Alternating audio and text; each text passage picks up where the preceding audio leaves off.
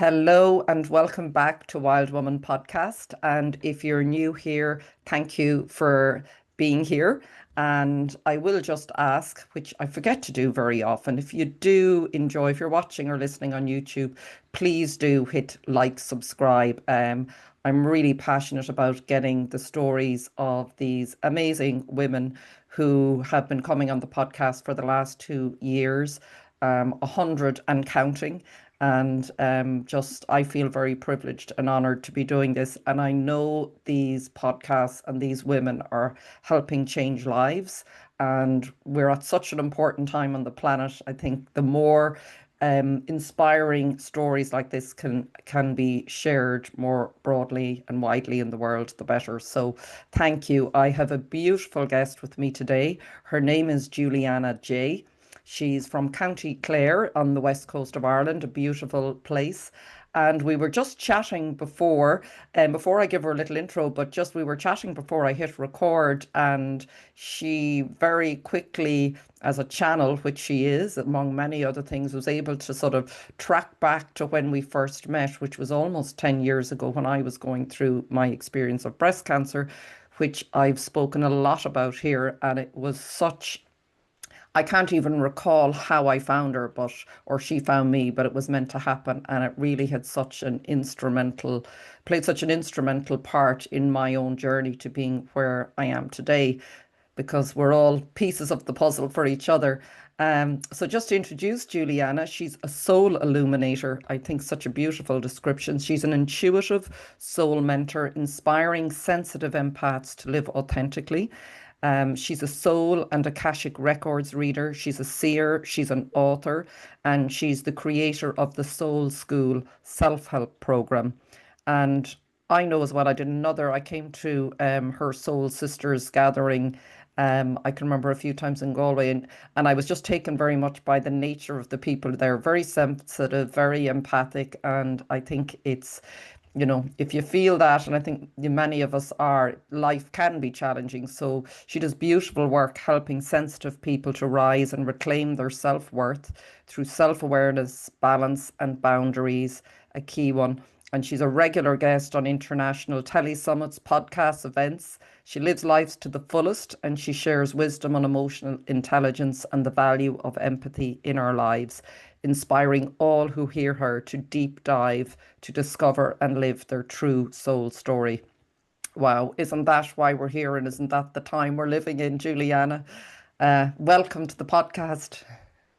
I'm honoured to be here. Thank you so much for having me, Celine. You're doing beautiful work, and it's an honour to be with you and the people who listen to you. We're all part of each other's journey, I think. And thank you. Yeah, thank you. Exactly. Isn't that the case that after 10 years, we sort of reconnect? And as I often say in reaching out to guests, it just happens when the time is right. What's your sense of, I sort of don't often jump into this straight away, but it just feels right. What is happening right now? Everything's speeding up. We are going through an evolution, I know, on the planet, and it's accelerating. Can you talk to me a little bit about your perspective on where we are now?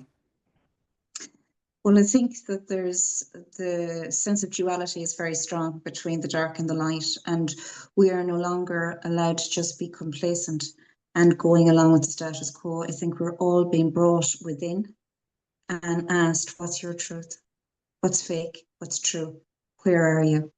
And I think there's a shift happening in the spiritual world where for many years people were going higher and higher on the ascension path. But I feel that most people who are working deeply with the soul of others, like I am, are being asked to bring in embodiment and somatic work into the body so that everything that we glean from the higher realms is actually integrated into the human experience within our being. And we are being brought into a living embodiment of our spirituality. And we're being called to walk the essence of who we are. And I think it's an exciting time, even though it's very challenging. And it's never been here before. And I think that the souls who've incarnated, like you and I and your listeners, to be here now, are here because the world is changing, and it's now that our voices can really be heard Yes, and maybe needed. and needed. Yes. What is the in terms of being we chatted a little bit before as well, as I said before we came on, and talking about the importance of voice. We'll there's another area I want to go into there, but can you talk to me a little bit about voice and finding our voice in life and its importance, and maybe a little bit about your journey into finding your voice? Well, voice is our expression. So what is the difference between you and me? It's the way we express ourselves. And we express ourselves in our energetic field. Like when I meet you and when you meet me, either the energy gels or it doesn't. That's why we go into an interview and they say in the first 15 seconds, they have kind of figured out whether you're aligned or not, even if you're not awake in any shape or form. There's an energetic alignment or not. So the voice then carries that expression through. So when you are going on your spiritual journey, those lower chakras of the base chakra, the sacral chakra, the solar plexus, and into the heart, that's the bridge between our challenging aspects of our chakra system, our energetic system. And then the throat is known as the soul's gate. And that soul's gate opens at the right time for us, where we are forced to come from our heart, to open our throat and to say what it is that we have to say, to express what's inside us. And for people who are very drawn to the divine feminine, you will always know a woman in her power by the range of tone that she speaks with. So if you've somebody who's very much in their masculine, you'll have a very low voice with very little range in the tone. So very monotone. Whereas a woman who's fully in her power, she's nearly singing. There's up, there's down, there's a lilt. There's a natural lilt where she can express high to low in the expression of the emotions that she's feeling. And when you come into the feminine, it's often a time where that honing and toning needs to start happening. And often we will have Kundalini awakenings, which are like waves of euphoric energy coming through us. And it's clearing the lower chakras into the heart, into the throat, to allow that soul's gate to open in its truest form, so that the essence of me and the essence of you and who we really are can be felt, seen, and known. And we're standing in our truth. That's so beautiful. That's so beautiful, just what you describe. And I had shared with you, like, I feel, and many women I meet and men, I think, but are feeling this right now. Can you, because it can be a challenging experience as this starts to happen if you don't understand it. And I think I shared with you, I found that when these sort of things start to rattle and awaken in you, and the voice and the throat chakra opening. Can you talk maybe about some of the experiences people may go through and not understand that this is actually what's happening to them? They may feel, a little confused or. Well, it happens in many ways. I remember it happening corporately to me. I remember I worked in an organization. I loved my work. I was empowered, and then got a new boss, which often happens. And many of the things that he stood for were not aligned with me. And when I would go to have to try and find my voice to say, this is not correct way of dealing with customers, this is not, a customer-centric way of handling our business, because I didn't agree with a lot of things, and I was becoming very aware of my values, that didn't align. I may not have known what I stood for, but I knew what I didn't stand for, if that makes sense. Yes, yes. So I'd be in a meeting, in a boardroom meeting, and I would sound like a 2-year-old going, see, I think. So my voice, it was voiceless, if that makes sense. So I was rattling inside, but the voice wouldn't project. It wouldn't convey, and I would sound weak. And this happens for some people in their marriages and their relationships, where they're bubbling up, going, you are violating a boundary. But when they go to speak, either nothing comes out or they sound that squeaky, croaky, fragile voice comes out. But when I've taught people to open the throat chakra, there's a booming voice that sometimes scares that person, in that there's a rush from the sacral chakra right through, and your face literally goes red. And it's like a flush of energy that comes through. And it's coming in from the perineum. It's coming from the very base of the woman in you. And when that happens, you will know it, because you will never take back what you said, because it's your gospel truth. Mm. You may shake, it may scare you, but you know that if they burn you at the stake, God forbid, you will not take it back, because that is your truth.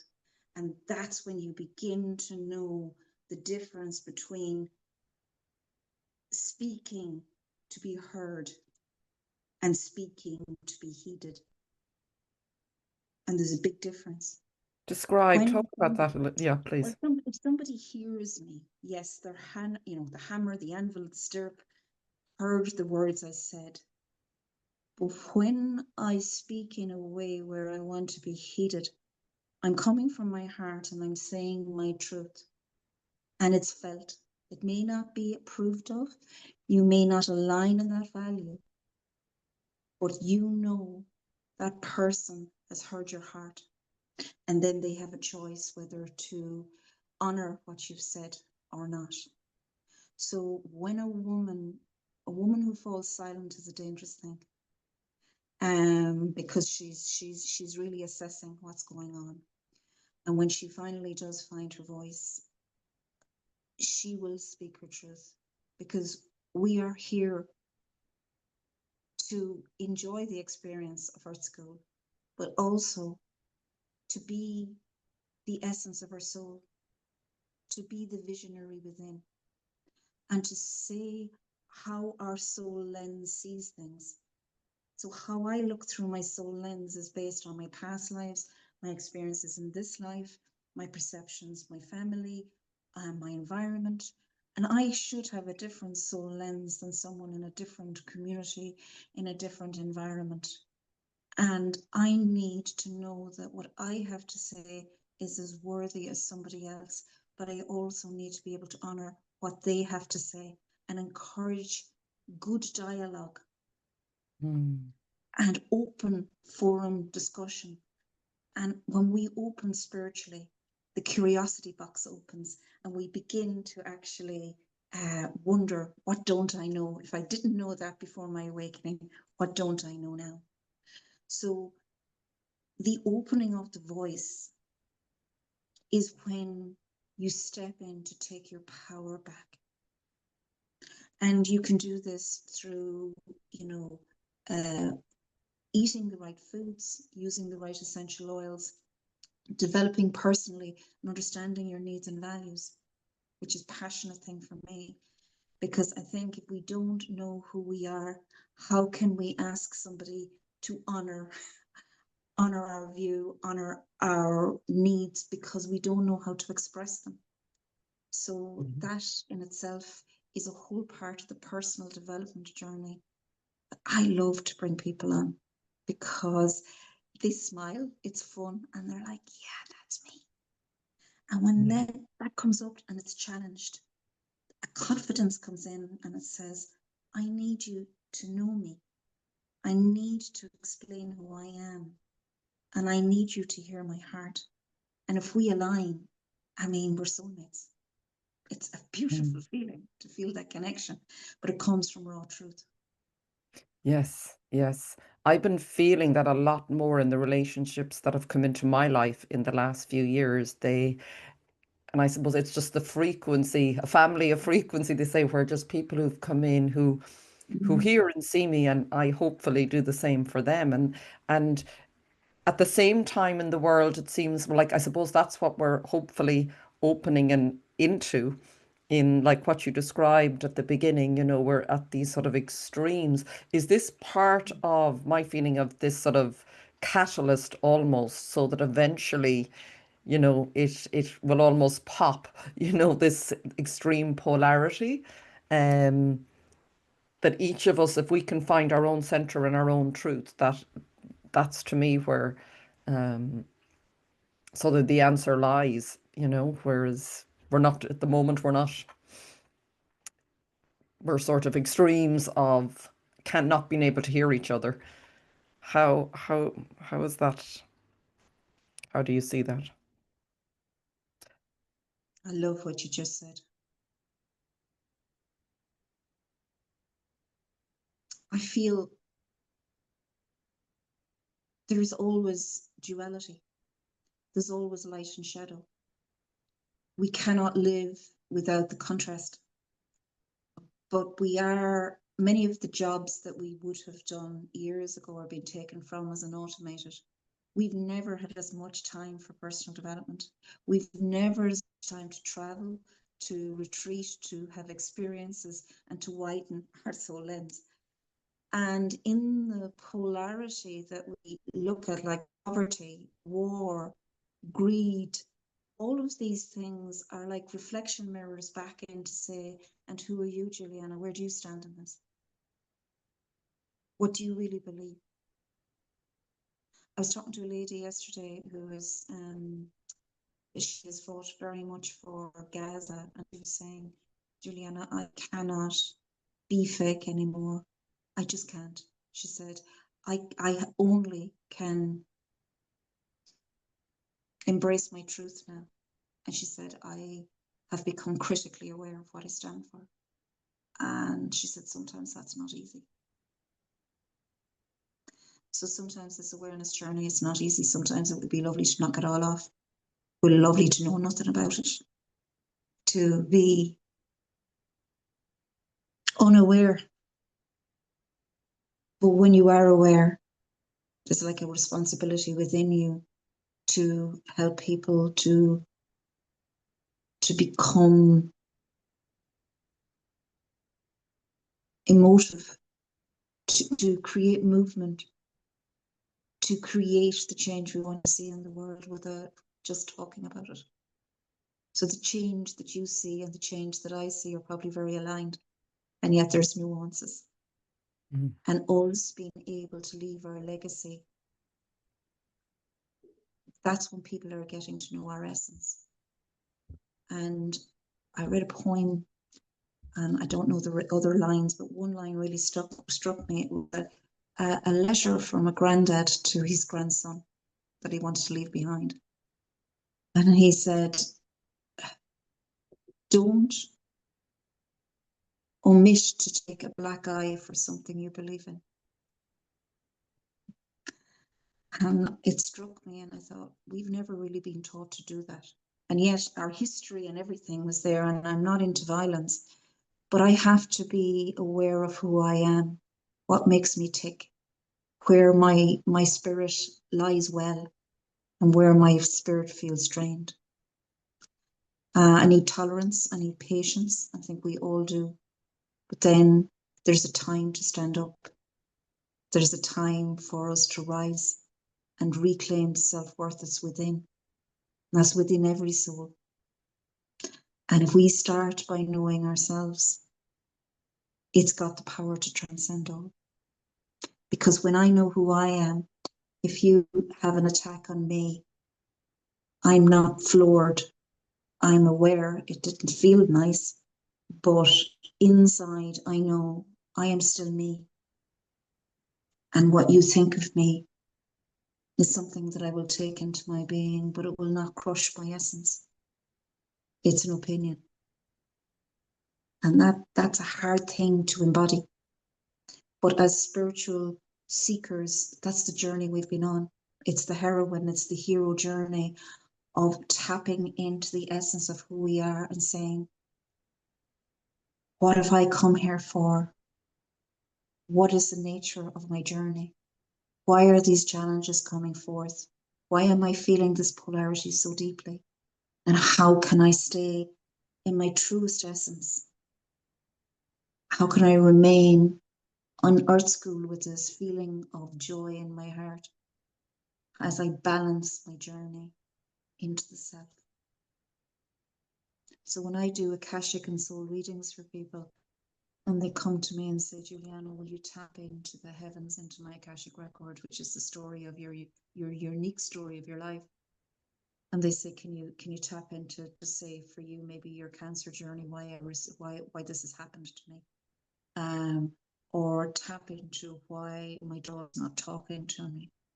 Can you tap into what I need to learn from the bullying that happened to me at work? Can you tap in and see, is this the time to leave my marriage? And the answers are there. They're just given with such love and eloquence and grace in the form of a letter that people don't forget. And they get to know and understand through their guides parts of them that maybe they've never looked at, but they live every day. And it changes them. It gives them confidence to own and hone the version of themselves that has come to live this human experience.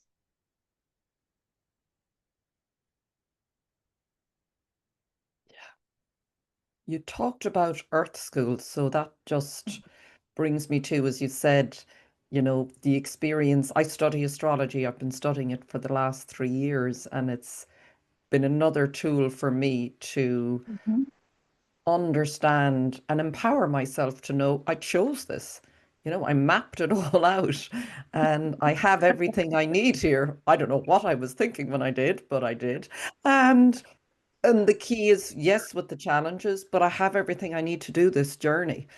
So it's been very empowering. So just talk to me when you say Earth School, how do you see this experience that we come to have here on this planet? You, you just made me laugh because you're reminding me of a client that I had for years. I still have her. She's a wonderful, wonderful woman, but she's funny. And she said to me, Julianna, what was I on when I chose this life?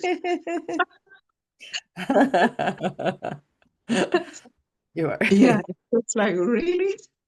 You were high in another dimension and you'd forgotten, maybe. Yes, absolutely, absolutely. Art school. You see, I don't think it's the Valley of Tears that my mother presented to me in the Catholic format. I don't believe we're down suffering, wailing and weeping in the Valley of Tears. I can't really do that version. It upsets me. Right? It's too much. But I do believe that the soul came down to ascend. The soul came down to leave its mark. It came down to express the Godhead through our living lives. So I feel that that line, which is the word was made flesh and dwelt amongst us, is Celine was made flesh as she dwells among men. Julianna was made flesh as she dwells among men. Mark was made flesh as he dwells among men. We are an expression of the Godhead. I want to preface that when I work with source, so I don't need anyone to believe in a specific group of light. I will meet people where they're at through the readings. So I just wanted to preface that, because sometimes when I say a biblical line, it's like, oh, if somebody's not in that. But I've looked at this from many, many angles. And Earth School is our chance to come down and to come on a journey of unconditional love and conditional love. And many that I work with, sensitive souls and empaths, sorry, I have my eyes closed because I'm channeling. Yes, yeah. But many of the sensitives and empaths had an incubation tank of the soul in their first 0 to 7 years, where they may have lived in a lovely home or a not so lovely home in their eyes, but they all had an environment where energy changed quickly, and they had to learn to become hypervigilant in order to read that energy to stay safe. So, love was withdrawn easily. Love changed easily. The conditioning around whether you're accepted or let out or brought in or told you've done a great job there was very conditional. The standards were very high in a house. So if you didn't achieve the standard, that love was going to be withdrawn. And it leaves a hypervigilance that can destroy sensitive souls and empaths, where they can't find their balance in their life because they're constantly trying to people please, trying to validate themselves, and trying to find the place in the world, and they don't feel grounded. They don't know their boundaries. And a lot of my work is helping them to unpeel all those layers. It's like having a beautiful crystal ring and somebody puts nail varnish on it. And when we come in and we do the work, it's like somebody just removes the top layer of varnish and the shining soul comes forth again. And it's the people feel lighter, they feel they can cope, they feel they have a new understanding of who they are. And that needs to happen in many different formats for that source of nourishment to come through, for the soul to grow and the soul to find its way, its truth and its light.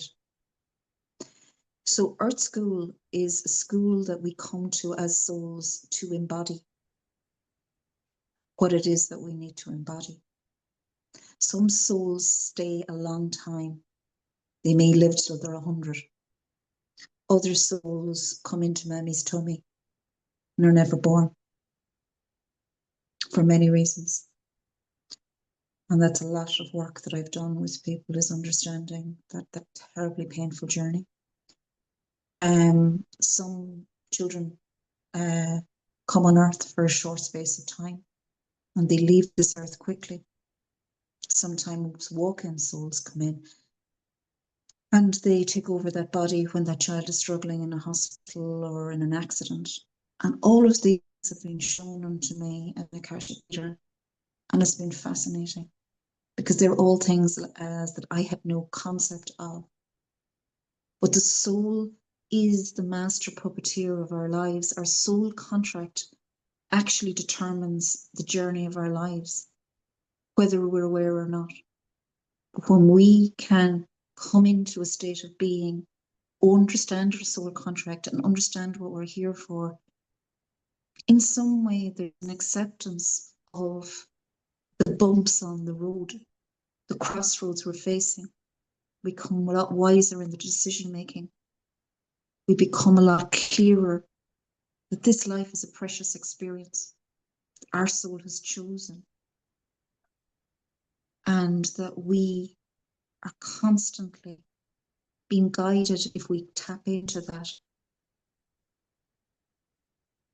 and aided and abetted in being the finest version of who we are. And there's always a reason. It's just for us to know our life is precious. It has meaning. It has purpose. And the reason I started Soul School is because our school can be hard. And when you understand the journey of the soul, your unique soul story, you can begin to embody swiftly, gracefully, and with joy the path you're being led on.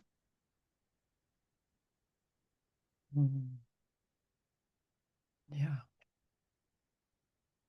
Thank you for sharing that. I could feel this energy behind it as you channel. You can feel it. You can feel the it's beautiful. A real gift to share. Thank you so much. Um, in soul school. Um, I can't find my words now after that. Yeah, Um, it's okay. 'Cause I was just thinking of when you talk there about, and it is, I think, a challenging thing. I know it is from experience to balance, the grief, the pain, the experiences you talked about there versus, our soul chose this path. Like what I can say from cancer is it was like now a bit further down the road from the experience is it was like a portal or an opening into a greater I suppose, a greater connection with my soul and its journey that I had I was almost numbed out or disconnected before.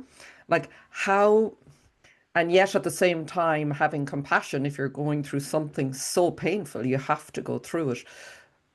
How do you suggest or support people to navigate that, like feeling what they're going through and honoring it versus, and also understanding there's something deeper at play than just that painful I experience? think I think the journey that tends to make a lot of sense for people is to come to me for a soul and Akashic reading. It takes two Mm. formats. One is you ask the question that is burning in your heart, or the other one is you free flow and just say whatever they need to say. I'm here to listen. Okay. And both are equally as important. So there's times when I'll go for a reading and I want to know specifically whether it's right to invest in a particular course that I want to do because I think it's aligned to my soul, but I'm not sure. Does that make sense? Yeah, So I want to yeah, understand, yeah. am I losing the plot or am I on it? Am I on the path? Yes. So that's a specific question. A lot of people come, will I leave my narcissistic relationship or do I need to actually empower myself first? Where am I in it? People come with knowing that a lot of the time we have different archetypes at play, and one archetype is leaving us and another one is coming in. And that can be a real crossroads, whether that's mother into crone, whether that's like Mm, athlete who's now beginning to slow down mm, into business person or something like that. There can be real conflicts of who am I, what's going on. Ask those questions when you come to me. I will happily put that as an intention to your guides to bring down information on that specific thing. Or you can free flow. And they're in that letter, they bring different paragraphs in that explain different parts. There's a healing wave going through everything. And I find when that trust comes in, and when people come to some of the courses that I give, they come with a very open heart. They trust me as the channel, and they understand that whatever is coming through is being worked on in a very safe and sacred way and an aligned way to help them. However, you don't need a reading in order to come to me to join the classes. You can come, have a nosy, see, is it aligned? But it's just a journey that tends to work very, very well. So say for people coming to retreats I do in France, everybody does a reading beforehand. So the attunement, it's like a Reiki attunement, the attunement's there. And that really helps the process along. And that's just the voice of experience. But for me, the courses that I give, there's a course online at the moment, which is healing the throat chakra and finding the voice. That's how to open that soul's gate. And that's a powerful, powerful course. And there's also another course, which is empath healing for healers. So people who've done maybe Reiki, Rahani, essential oils, but they can't get out there because they feel like they don't have the confidence yes. and they feel like they're going to get eaten alive if they do a healing. And if something psychically comes in or the body offloads what's going on for them, that they are going to be drained. So there's a fantastic course there. It's a 7-day program.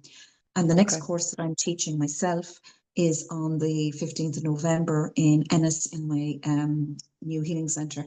And that is one on values and your needs. So I studied human needs psychology once the angels came to me and my awakening was so, felt like I got flung down a motorway with no way back. So I had to really dig in and train in an awful lot of things in order to be able to help people on a soul or school level.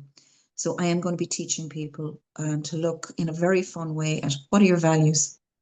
Now that you're awake, you're older, you're bolder, you're a wild woman. What are your values now? What's going on now?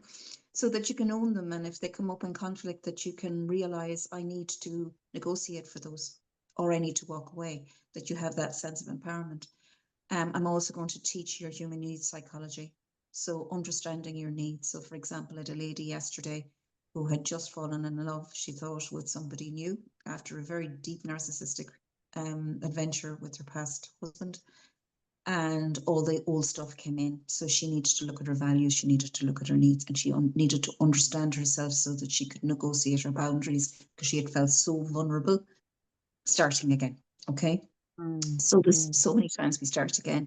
And when people look at their human needs and values, and I do a lot of healing in that day, and I will bring it to a place where you have confidence in being able to say, this is me. This is how I take. And this is something I'm passionate about. Or you've got different values from me, and that's okay. And that's valuable work. It's fabulous work, and it's fun. I teach through fun, so it's always funny. I Yes. don't plan the fun just arrives. And it stops a lot of the crying because there's a lot of laughing. That's all I can say. I can't explain that magic, but it's the same breath change.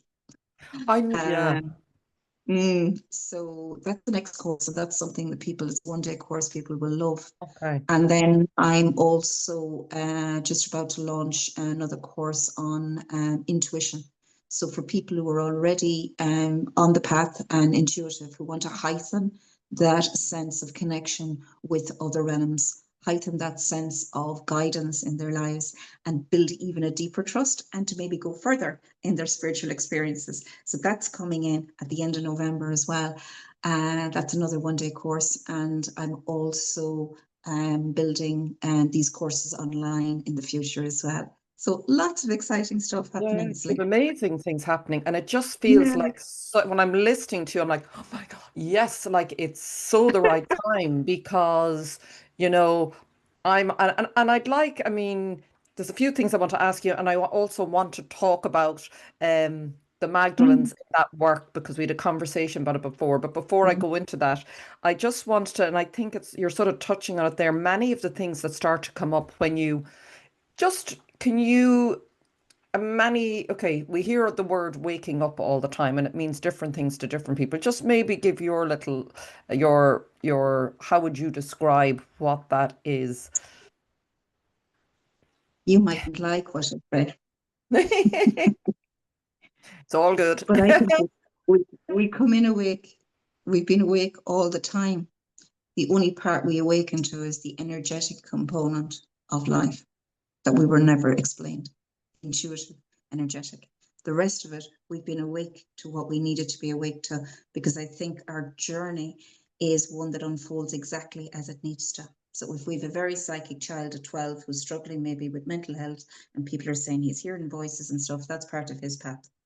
Whereas a lot of us have forgotten that by 8. That's been numbed down, that's gone from us. So our awakening comes at just the right time. And I honor that in other people. So I've had a deep journey of people around me who weren't awakened. And I stopped actually saying that to people because I felt it was very derogatory. Because they're very wise souls in many ways. They could advise me on money or legal matters or other things. But when it comes to energy and intuition, that's what I did awaken to.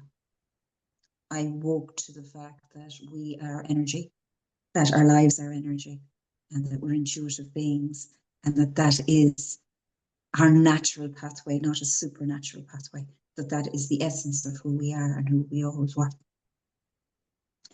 If Oh, that I love answers that. that. Oh, I love that answer. And even if I Mm. didn't, that would be fine too. That is so, yeah, I love that. Yeah, the energetic, intuitive aspect that we are awake Mm. to, aren't we, when we're born? And then, as you said, many of us have to shut that down for many reasons, or that's part of the path.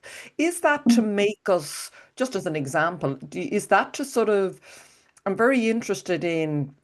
And yes, that sort of probably brings in the Magdalens and maybe some of the ancient mystery schools and, all of Mhm. going back in time, the sort of path of initiation. Um, Oh, yeah. I just, that to me, because we're not taught that, like we're not taught that we're energetic, intuitive beings. And when you start to go, okay, it's okay, I'm not crazy. And so is that a necessary part of our initiations where maybe like you described, a child who's really sensitive and has to and is maybe, you know, said there's something wrong with them. Like, are we choosing these initiations that we will have so that when we get to a certain point, we've sort of strengthened in our abilities and connection. Oh, I love your questions. They're wonderful. They're deep and rich and wonderful. Thank you, Simone. I'm going to go a slightly different route. And I'm going to bring it back to old Ireland or old Japan or old Africa or, Beautiful. 100 years Yeah. ago. And I'm going to pretend I'm a farmer. If I'm a farmer, I probably know somebody who's got vet-like qualities, who's a whisperer of some description. And if my little horsey or my little doggy gets sick, I tap on the door of that guy and I say, come down, I'm in trouble. And I know he's got the ability to help me. If my child is whooping cough and there's a lady in the area, so a bit of a biddy early, who was a woman from County Clare, who was known as a kind of a witch, they would have known she had potions and lotions. They would have known if she sends you to the well for a blessing of the throat, that's where you go. So we have lost complete connection with the intuitive, sensory, multisensory connection with nature. And now we've been made it all psychic. But these characters were always in our worlds, but we've disconnected from those. And that's why I think like the Magdalene is so strong in people's lives, calling you home. People who are connected with the Great Mother calling you home. The shamans. There is a need for us to balance out how we nurture our true nature.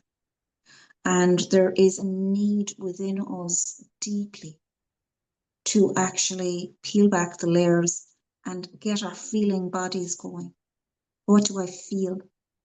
Can I trust my feeling? Can I trust my inner knowing? Can I have a moral compass within me that doesn't swap conscience for consciousness, which is, I think, a big downfall that has happened in society. We're talking about consciousness, but sometimes there's a moral code within us and we know when we've done right and when we've done wrong, and it's nothing to do with religion. It's just a feeling inside of, if I do this, I'll betray myself. So because of all these things, so the loosening of the moral code of knowing inside us, the disconnection from our intuitive selves, the whole, it's like Atlantis all over again, the technology taking over where the golden age was of being sensory and in the soul. It's like we're reenacting that out again. But this time we actually have to learn how to actually intuit, how to actually feel, how to actually gain the energy, and how to draw that kundalini through our bodies. And at times when we are in trouble and we've lost sense of ourselves, the Magdalene knocks on the door. The wise women come out, the crones find us, and they carry us home. Beautiful. That's so beautiful, Julianna. When you talk about how it happened for me, definitely how it happened for me. I remember I used to sell advertising at one stage, and I remember going to a man and he was doing life coaching, and he said I couldn't give him an ad unless I actually had a life coaching session. And I was so busy. I had 3 kids at home. I was like, oh my God, this is the last thing I need now. And he said to me, you're such a balanced person. He said, the only house that's not right, he says, you have no connection with your spirituality. The truth. That's the gospel truth. Yeah. I don't know why that's coming in this morning, but it's making me laugh. Yes, that's the truth. And I was thinking, well, I can live with that. That's fine. If everything else is grand, we're all good. So would you? This is before any sort of anything like that started in to my happen. 30s. I'd say that was in my 30s. Was it? Yeah. Up to about 21, like I had connection with like little spiritual retreats in college, which probably only a few of us were doing. But that was crack. That was always good fun. It was a weekend away. It was mad. It was out in nature. It was fun. It wasn't heavy. And it was great discussion and connection. And then I left all that behind because I think I was raised in a really Catholic family where it was drilled down your face. And it was just like, I don't want this. And then with the crash of the Catholic Church, and it was like, oh God, I'd worked with Childline, I'd been a counsellor with them, and the idea of violation of children was just reckless for me and something my soul could not afford. It was pure violation of my boundaries unsafety with children. So when I got to that stage, I think I'm like a lot of people who became very disillusioned and went, this is not what I stand for.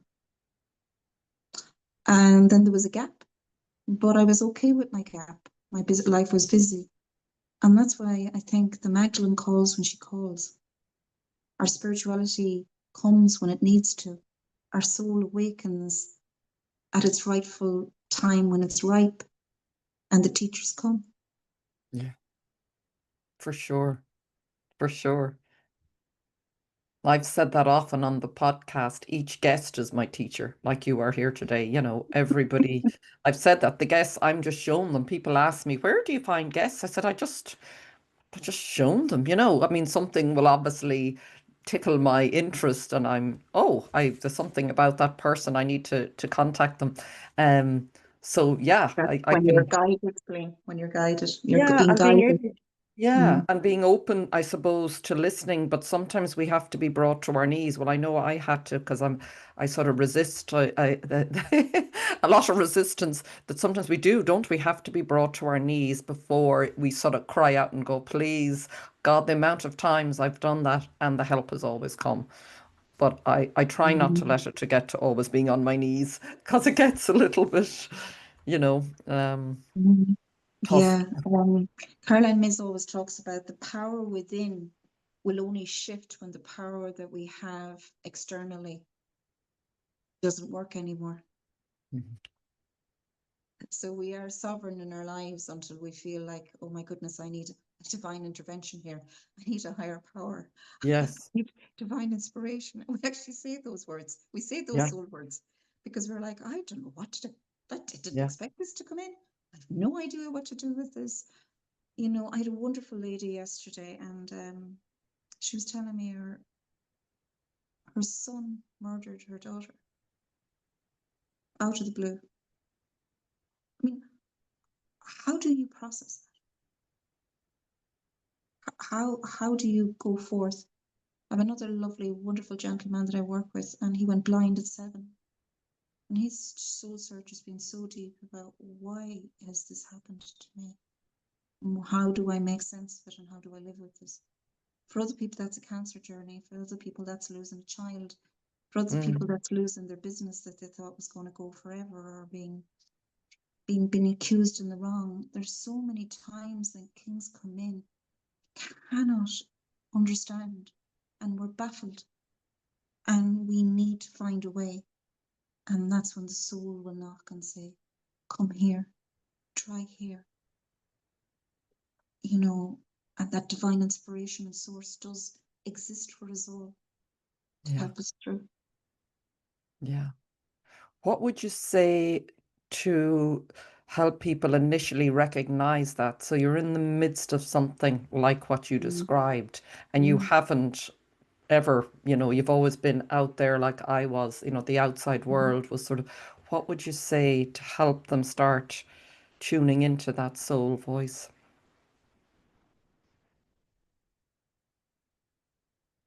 I don't know. I don't know, Sling. Mm. Everyone who's ever come to me has been led to me, and many sit in front of me going, I don't know why I'm here. And they might say it 3 times to me. And I just laugh because I'm going, yeah, I know. I get it. And that doesn't make them less than. It makes me completely honored that they took a leap of faith. I had a lady in America. I do most of my readings online, so I meet very few people.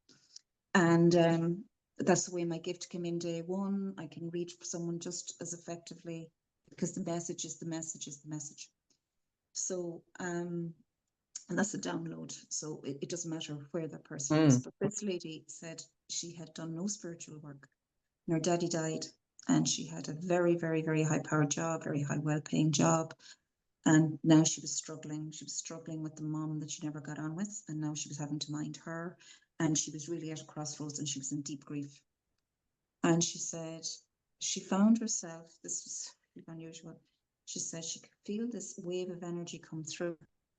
And she said she was at her typewriter, and she said her fingers had hit J, and then they hit U, an L, an I, an A, an N, and another N and an A, and then another J. She was like, what is this?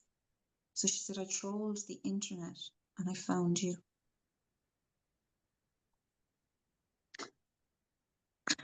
How do you describe that to somebody? I know. That's the gospel truth.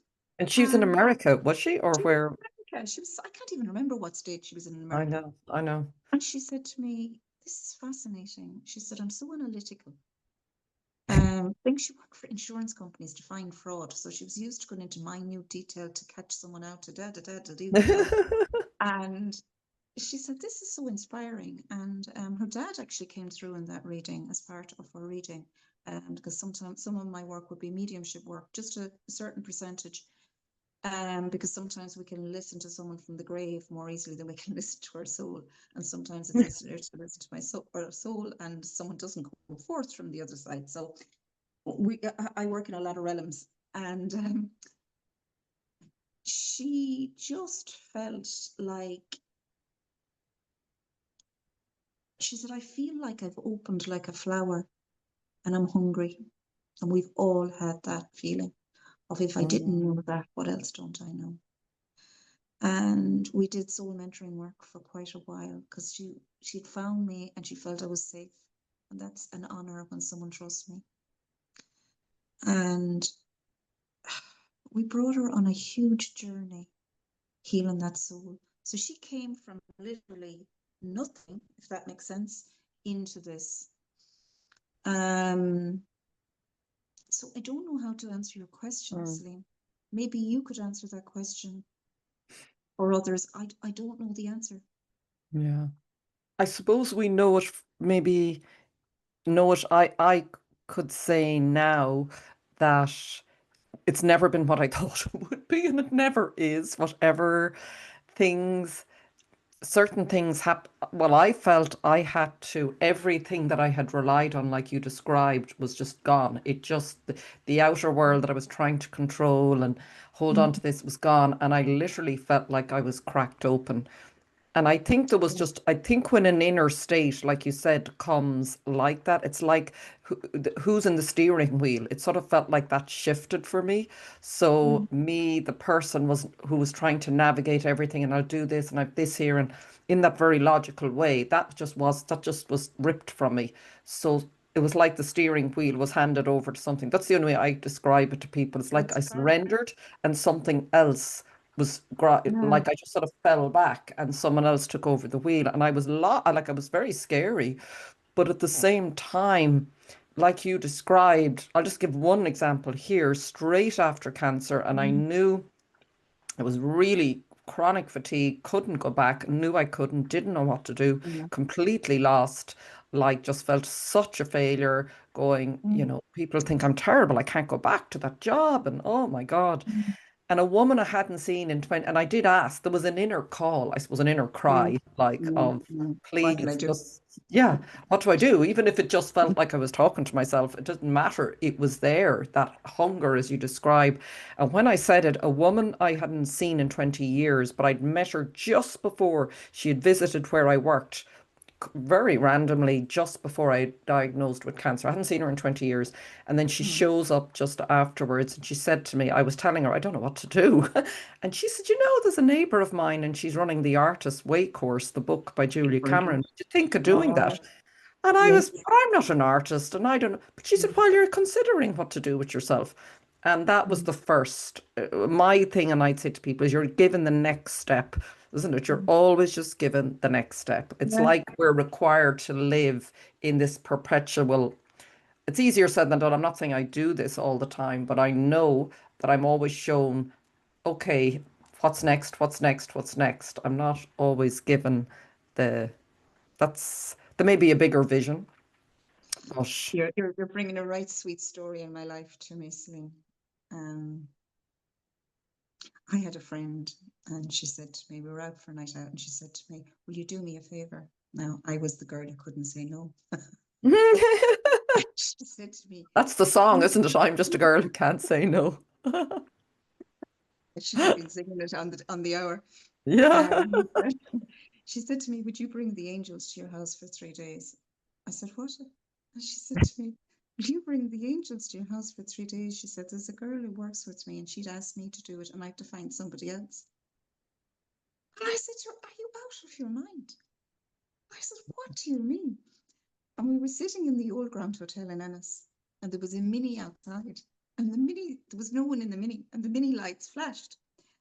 And there was 4 of us out and herself and myself howled laughing and just thought it was the funniest thing ever. So I said to her, I'm very uncomfortable with this. And she said, all you have to do is get a white candle and get 2 other things. Some of your listeners may have done it. I can't remember the details. But I thought, oh God, look at how hard can it be? So I thought this is going to be the greatest load of waffle ever. And it's okay. It's only 3 days. And I got up that morning and I went to the pool. And the pool was a normal, not a holistic pool, a normal pool. And when I was swimming, I looked up as you do as you're doing your strokes, and the lights outside had turned into rainbows. And all of the lights in the pool had turned into rainbows, and they were very pretty. And I was going, huh? And then my sister was struggling with something in a business she had. And she'd been asked to go on an ad for the World Cup. It was a freebie, but it was really draining her because there was so many terms and conditions. And she felt completely out of her depth and it was going to cost a fortune. And I got this message, which I wouldn't have got before, and it was, tell her just to do it. So I got into the jacuzzi with her. It was 7:30 in the morning. And she said to me, do you know, when I was on the treadmill, she said, I got this feeling and I don't know what it was. And she said, it was, I just think I'm going to do it. I just got this feeling of just do it. Be going, what is going on? Then there was the smell of roses. And I was like, is somebody using rose cleaner? What's happened? And for anyone who doesn't understand, there's 7 Claires, and that would be Claire fragrance. That smell of roses, and it's usually Our Lady, it's the Magdalene, it's the feminine coming in. I was like, well, if this is going to continue, this is going to be one barking mad week.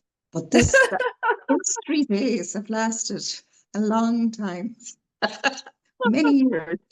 So for other people who come to me, they might be at an ayahuasca ceremony and struggling with trauma. And the next thing, they have a huge spiritual epiphany and they come in to get me to decode what happened. For some people, it's they have had a dream and they need me to do like Joseph in his Technicolor Dreamcoat to interpret the dream and to understand the meaning of it because it very much moved them and they know there's a deeper meaning behind it.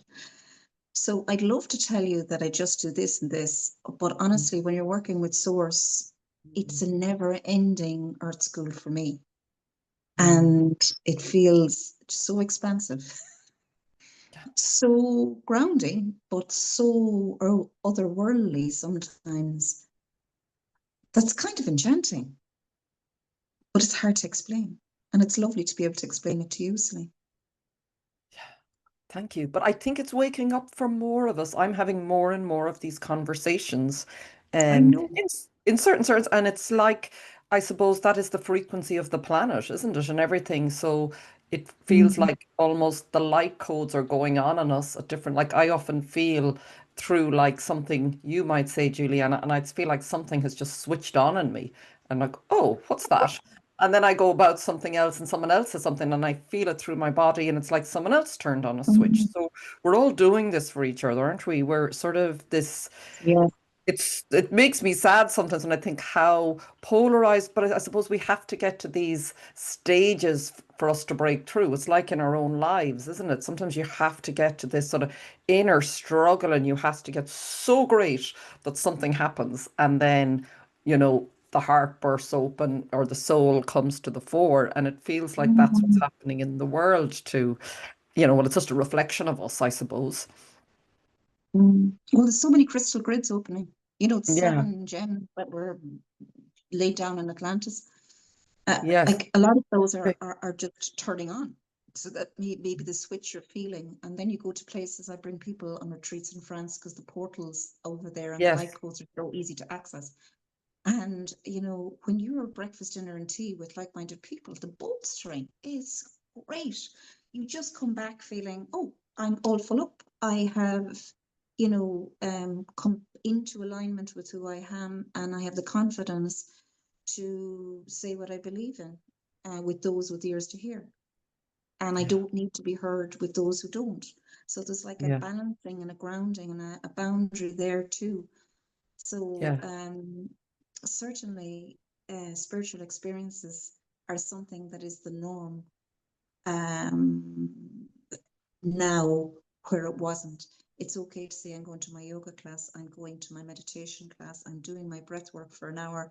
All these things that would have been counted as you're doing what? Now they're counted as, aren't you progressive? So I think it's a bright, sunshiny day. Yeah. And can we just for a few minutes before we and talk a bit about the Magdalene, is the Magdalene the voice of the feminine? Is that what you would, I wondered, or is it that some people identify with the Magdalene as the voice of the feminine? Is it different for everyone? Ooh, I feel there are many voices. I think she represents a collective. To me, the head of that crew is Isis, Yes. the great mother Isis from Yes. Egypt. And Yes. they were all being initiated in the line of the rose. So they all have been brought into the teachings in the mystery schools, and they are the ones who help with the initiations. So whatever format your initiation needs to take, you will find the Magdalene coming through. And one of the ways that the Magdalene always works is bringing forth that voice. Usually you'll end up, if you're with an experienced person who can bring you through initiation. And I am saying that for a reason, because there are many people who are just feeling something, gathering groups, bringing people into huge spiritual experiences, and then not being able to bring them back safely. And that is a problem that's happening at the moment. So be very aware of who your initiates are, and that they have the power to initiate you in and realign your soul back into its essence. Have I explained that okay, or do I need to go deeper, Celine? Go a little bit deeper, please. Okay, so since 2021, most of us have been rewoken back, as was predicted 700 years ago, that the Magdalenes would come back, that this energy would come back into the land in 2021, and then we had COVID. And nothing to do with COVID, but it was that time, just to kind of bring you back in your head to how long ago. And since then, many priestesses of the lineage of the rose have woken up, and it's quite trendy to be in that energy. But the true essence of the Magdalene is she's very, very pure, but she's very, very blunt, for want of a better word, in that if you ask for help with the Magdalene, she will tell you the truth of what you need to know. And it's an honor and a privilege, but that needs to be done very, very carefully. So sometimes people go to initiation sites and they, might have all the right oils in their eyes and candles, and might, making mandalas and all that, but they're they're using the energy of the portals with sometimes people who actually don't have the power to bring back the soul retrieval after a huge experience, and can leave somebody very discombobulated. Okay. Just part of the soul leave, you're saying, during the initiation? Is that when you say bring back the soul? Not leave, but it shifts. It Shifts. shifts. It shifts into where it needs to go, but then we have to realign. So we have 7 layers in our aura. We're like little Russian dolls. So we have the physical, the emotional, the mental, the spiritual. Then we have the blueprint. Then we have the causal connected to the universe, and the oversoul. So when you have had an initiation, when you've had a big experience, it's very important that the oversoul is rebalanced into the body, so that you feel balanced and grounded, not too high, not too low, not way out there and not able to live. And we know many people who've ended up on those spiritual crises. And it's really important that we avoid spiritual crisis by being particular about where we feel energy is aligned and where we're called to. Yes. So it's back really to trusting your own path and who you're called to, because different people will be aligned with different teachers and different, isn't that? Absolutely, absolutely.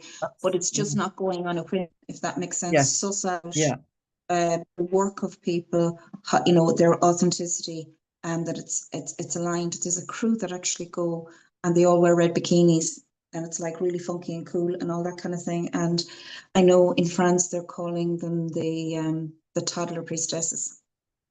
And I don't like that term, actually. I think it's a little bit crude and rude.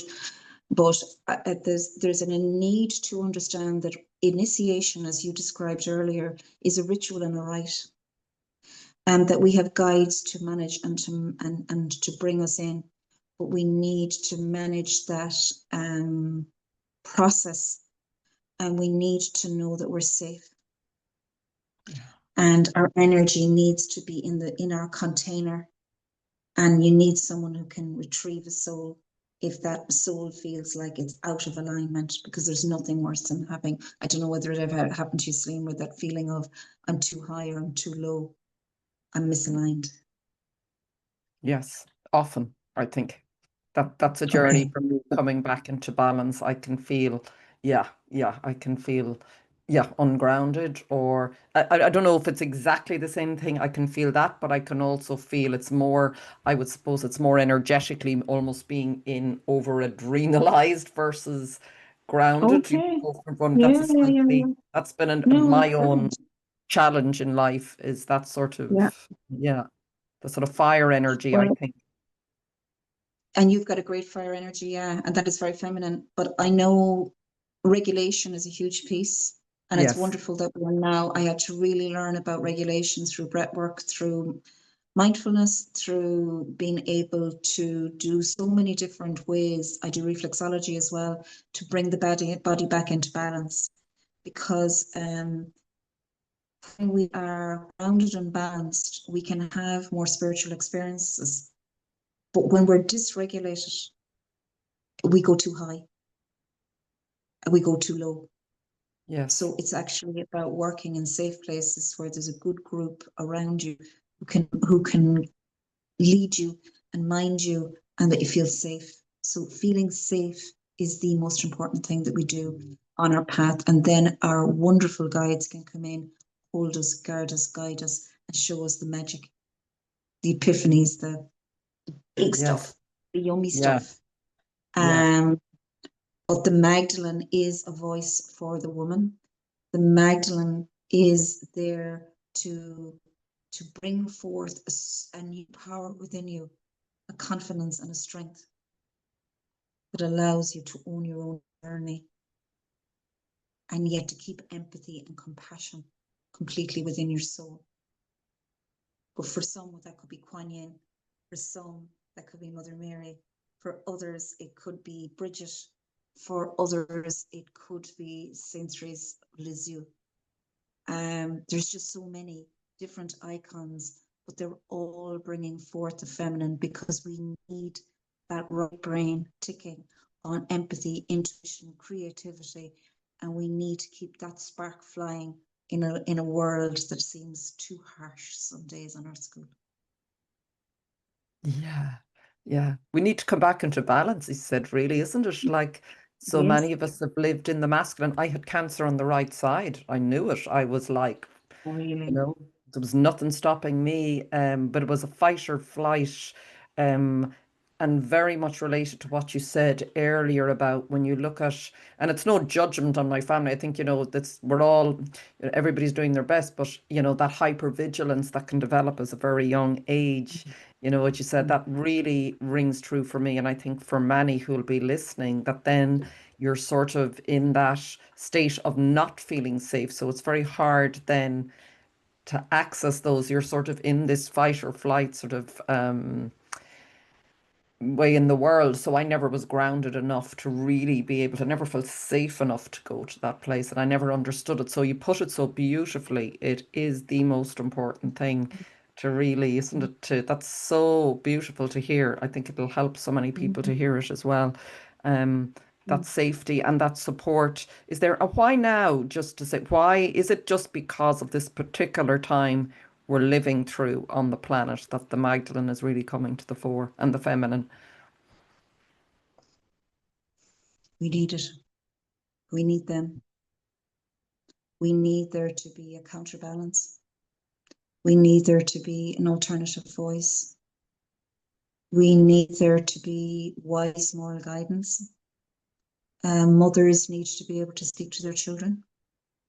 And we are in competition with children with phones in their hands saying, what are you on about?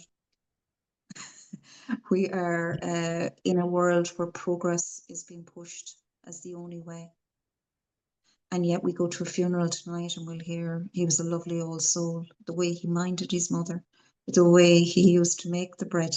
All the simplicity of the essence of the soul is there at the funeral. But in the wider world, people are exonerated. I read something recently that really touched me. And they said, why when people meet a billionaire, are they more intrigued by how he is a billionaire than somebody who does the garden and is prone to manage a magnificent garden and has all that knowledge? But we're kind of programmed into working out, oh, he's a billionaire. I wonder how he's a billionaire. It's like, it's madness. So we need to come into balance. I know this is a deep piece, but I won't spend long on it. As a reflexologist, there is a point between the big toe and the second toe, just in that ridge there. And it's called the cerebellum brainstem. And in ancient times, we had two parts to our brain. We had the cerebellum brainstem and the cerebrum. And we would have gone for moral judgment to the cerebellum brainstem. And for our intellectual, our IQ, we would have gone to the cerebrum. Over time, the size of our cerebellum brainstem has gone down to the size of a pea. And we are completely exonerating our IQ over our EQ. So actually, how do we think the world isn't crazy when we're going for moral guidance on how to end a war or how to mind the children or the people from the part of our brain that is supposed to be used for intellect.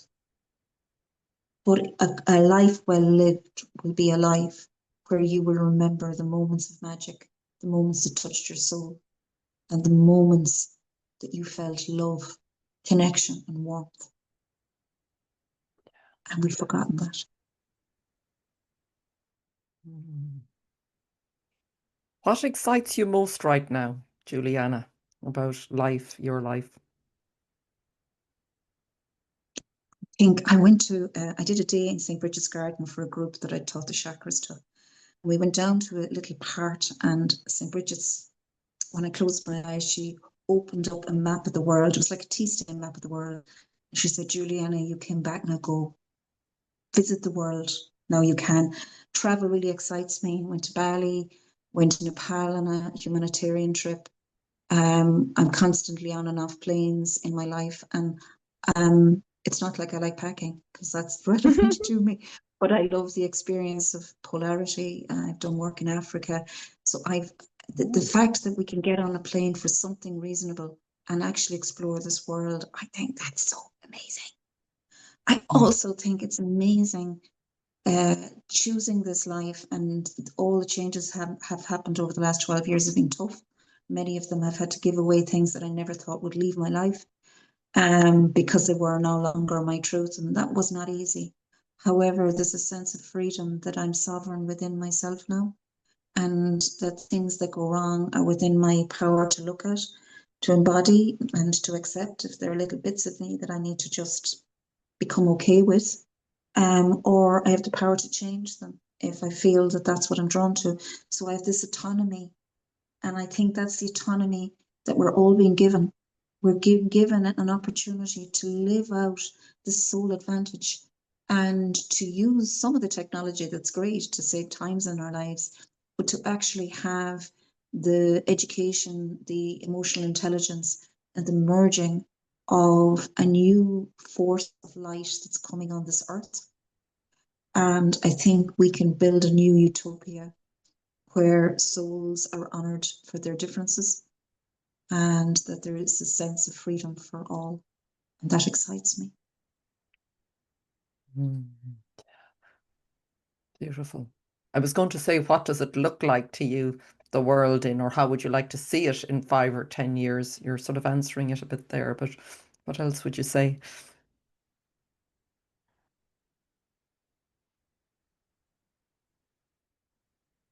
I love a world that honored energy as much as it honors intellect, that retaught people the value of who they are, and that every little soul has merit. And I'd, it's like the words of the song come to mind. I'd love to teach the world to sing in perfect harmony. Mm. I would like to hold you in my arms and keep you company. I think we need a simpler world.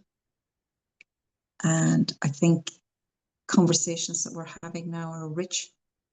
And if we can instill that kind of freedom in our children's children, what a wonderful world it will be. What a wonderful world it would be. It will be, thanks to you Mm. and others like you. I'm going to leave it there. Two beautiful words that is just a lovely way to end. But I'll ask you, just for anyone who wants to get in touch with you, Julianna, wants to know Mm. more about what you do, is it your website? Yes, I would be honoured to speak to any of you. I'm on www.juliannajay.com, and that's with two N's for Anna, who is one of my great guides, Anna, Grandmother of Jesus. So Julianna J.com, and I'm sure you'll have the links up so I will. for me. And there's also a contact there where you can book a free discovery call. You may not know where you want to bring this. I'm really happy to do a 10-minute call with you, and let's connect. Let's connect with the people who feel connected to our conversation today. Yeah, I'm beautiful. also available on Instagram, and I'm also available on Facebook, and I'm doing messages, inspiration, words of wisdom, and you can link to my database by on the front page of my website. I'm there with sitting at a little bridge, and you can just link in there to my website and connect, and then all the things that are happening in Soul School will be coming up, and you won't miss out. And we can Super. stay in contact. Yeah, super. Thank you so much. A really good time. I'm just delighted to hear about it because I didn't realize all that you were doing. It's been so long since we connected, even though I've sort of stayed in touch, and every now and again I go, oh, that's what Julianna's doing, or she's gone to France, I heard through someone I know. So we all go off on our little explorations, don't we? And then we come back and we've We more do, to we do. share and then to exchange with each other. That, and I, Yeah, to yeah. me, that's the freeing part of it, isn't it? Relationships where there is that just allowance of, that's the sovereignty, where we move in and out and we're all doing what we need to do and understanding that everybody else is doing what they need to do. It's, without any sort Freedom. of, yeah. So Mhm. thank you so much for your time today. I'll have all of Juliana's contact details here. So do please get in touch. And until the next time, thank you everyone for listening and thank you for being here. And take care for now. Bye.